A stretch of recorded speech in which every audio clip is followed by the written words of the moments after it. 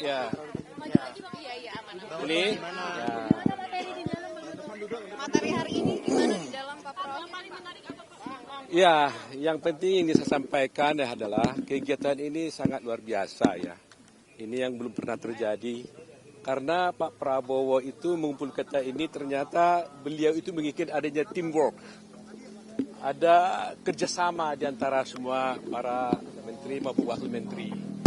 Jadi bayangkan aja kalau kita bekerja tanpa harus tidak mengenal satu sama lain, nggak mungkin kita kerjasama kan. Jadi dengan ini sekaligus satu lempar dua kena itu.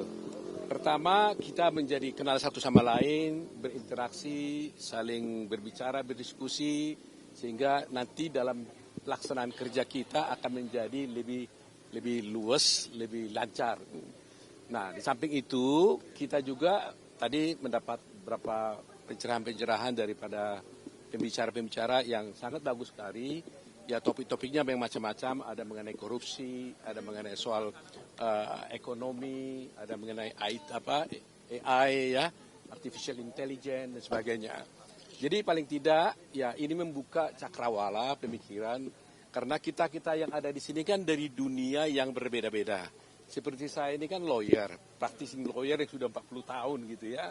Tentu masuk dalam dunia birokrasi, kita kan mempunyai gambaran paradigma yang harus berbeda pula. Approaching-nya pun pasti juga akan berbeda pula.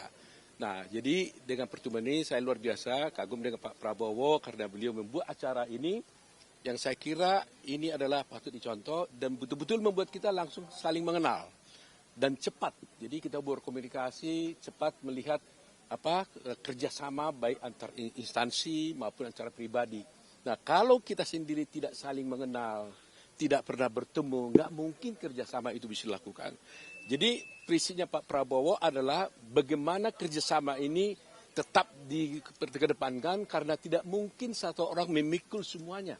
Jadi tanpa kerjasama, tanpa teamwork, tidak akan mungkin bisa kerja ini terjadi.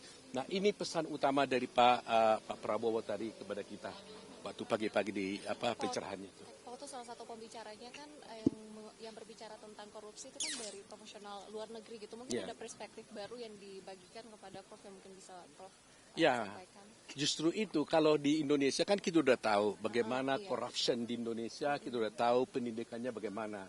Justru karena dari luar kita melihat dari perspektif yang berbeda. Bagaimana approach mereka terhadap korupsi, bagaimana paradigma mereka terhadap korupsi, bagaimana caranya agar tidak terjadi korupsi, dan kalau terjadi korupsi bagaimana caranya untuk menelusurinya. Ya, dia berikan juga semacam kasus ya, contoh kasus dan sebagainya ya. Nah, ini mungkin bagi saya mungkin soal korupsinya lebih paham daripada yang lain. Ya kan, mudah buat saya. Tapi bagi yang lain juga belum tentu mudah. Sama dengan ketika ada pembicaraan tentang ekonomi, ya kan? Artificial intelligence. Saya kan nggak expertnya, tapi dengan itu saya mungkin lebih sulit daripada teman-teman dari bidang ekonomi. Tapi dengan adanya kesamaan berpikir tadi, paling tidak ya, memang kita bekerja sesuai dengan kemampuan kita, sesuai dengan expertise kita, tetapi dengan adanya kerjasama ini saya kira ke depan akan lebih mudah. Itu saya kira ingin saya sampaikan. Aduh, banyak nama-namanya tadi ya, ada yang ya. Ada, lupa saya tadi namanya. Banyak, ada dari Korea, ada juga dari Amerika gitu ya. Hah? Ya, betul. Sangat terkenal sekali mereka kan. 40 tahun jadi lawyer, mungkin ada unek-unek yang dari dulu pengen membenahi Indonesia dan ini saatnya ada nggak Pak Oto kira-kira aspirasi itu? Ya, tentunya sebagai lawyer tentunya kita hanya ingin bagaimana bisa berkontribusi agar negara lebih baik ke depan. Bagaimana bentuknya tentunya kan kita belum dilantik nih ya. Mungkin terlalu dini kalau saya berbicara tentang itu, ya kan. Tetapi tentunya niat pasti ada. Kalau kita tidak ada niat yang baik, nggak mungkin kita menerima tugas ini. Itu aja. Tanggal 21 nanti kan katanya ada pembekalan tambahan. Udah ada undangan belum untuk wamennya atau itu untuk menterinya saja begitu? Tadi pertemuan ini kan ada wamen, ada wamenko juga tadi kan.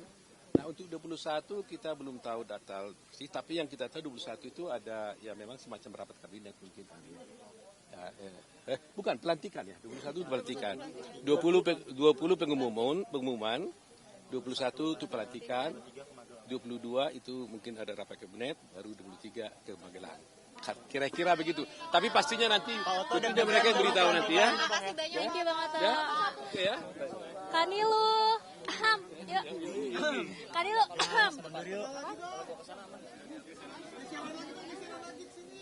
Pak, tolong bantu dong, Pak. Geser dikit, Pak. Mundur dikit, Pak.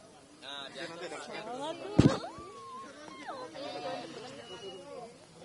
biar sama-sama enak nanti. Ini kan kita yang Agak mundur ya. Gimana kok tiba-tiba? Ya, lu mungkin boleh disampaikan ini dipanggilnya kapan, diberitakannya kapan, kemudian hari ini kan udah mulai pakai batik ya, ikut pembekalan juga. Ini tuh proses cepet ya, jadi benar-benar baru kemarin. Jadi totally saya juga dihubungi sama Pak Teddy, Mayor Teddy ya, sudah malam, terus kemudian dengan beberapa detailing yang kemudian harus saya penuhi, terus kemudian terkait dengan agenda hari ini, terus kemudian dress code hari ini, terus apa yang harus dibawa dan sebagainya, itu disampaikan sama Pak Teddy tadi malam. Gitu. Jadi memang prosesnya sangat cepat sekali. Apa tawaran yang disampaikan kemudian akhirnya Kanilu pun tergerak untuk oke, saya masuk ke kabinet?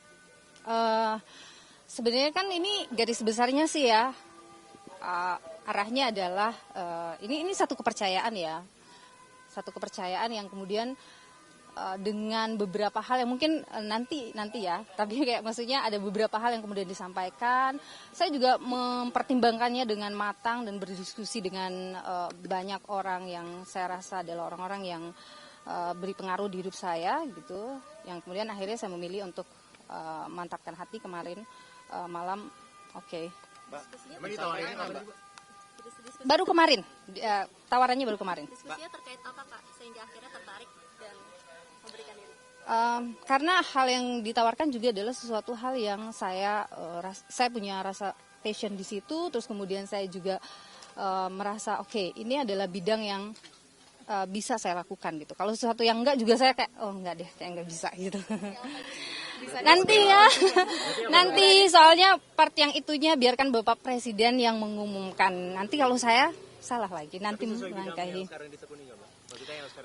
Sesuatu hal yang saya sukai, sesuatu hal yang juga mengakar dengan saya, sesuatu hal yang saya tumbuh bersamanya.